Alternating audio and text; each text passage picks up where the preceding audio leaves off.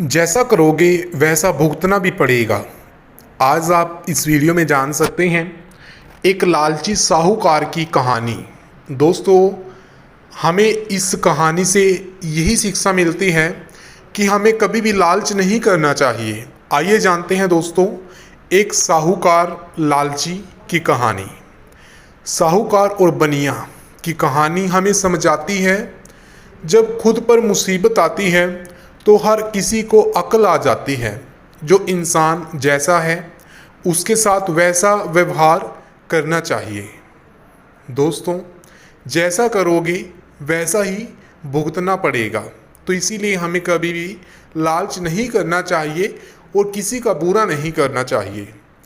आप सभी ने तो कहावत तो सुनी होगी, जैसे को तैसे।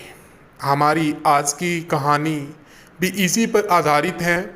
एक बार की बात है, सीतापुरी गांव में धनराज नाम का एक बनिया रहता था।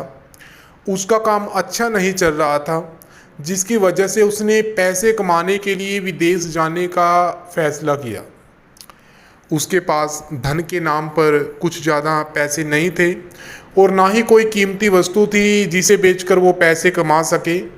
उसके पास सिर्फ एक लोहे की तराजू थी। धनराज ने साहूकार से कहा कि वह विदेश से लौटकर अपना उधार चुका कर तराजू वापस ले जाएगा। करीब 2 साल बाद जब धनराज विदेश से वापस लौटा तो उसने साहूकार से लोहे का तराजू वापस मांगा। इसके जवाब में साहूकार ने कहा कि तराजू तो चूहों ने खा लिया। धनराज समझ गया कि साहूकार की नीयत खराब हो गई और वह तराजू वापस नहीं देना चाहता। इसके जवाब में धनराज ने कहा कि कोई बात नहीं, इसमें तुम्हारी गलती नहीं है, गलती तो उन चूहों की है जिन्होंने तराजू खा लिया। कुछ समय बाद धनराज ने कहा, मैं नदी पर नहाने जा रहा हूँ, तुम अपने बेटे धनदेव को मेरे साथ भेज दो। साहूकार धनराज के व्यवहार से बहुत खुश था। उसे अच्छा इंसान समझकर अपने बेटे को उसके साथ नहाने के लिए नदी पर भेज दिया। धनराज ने साहूकार के बेटे को नदी से दूर एक गुफा में बंद कर दिया। इस गुफा के बाहर खड़ा एक पत्थर, बहुत ही बड़ा एक पत्थर रखा था कि ताकि साहूकार का बेटा बचकर भाग न सके। उसे अकेला देखकर साहूकार ने कहा, मेरा बेटा कहाँ है? इस बात का जवाब देते हुए धनराज ने कहा कि मेरे दोस्त, मुझे माफ़ कर दो, तुम्हारे बेटे को चील उठा कर ले गया। साहूकार इस बात को सुनकर हैरान हो गया। उसने कहा, एक बच्चे को।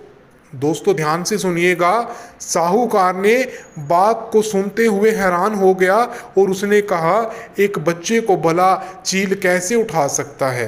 तो धनराज बोला, जिस तरह चूहे लोहे के तराजू को खा सकते हैं उसी तरह चील भी बच्चे को उठा सकते हैं।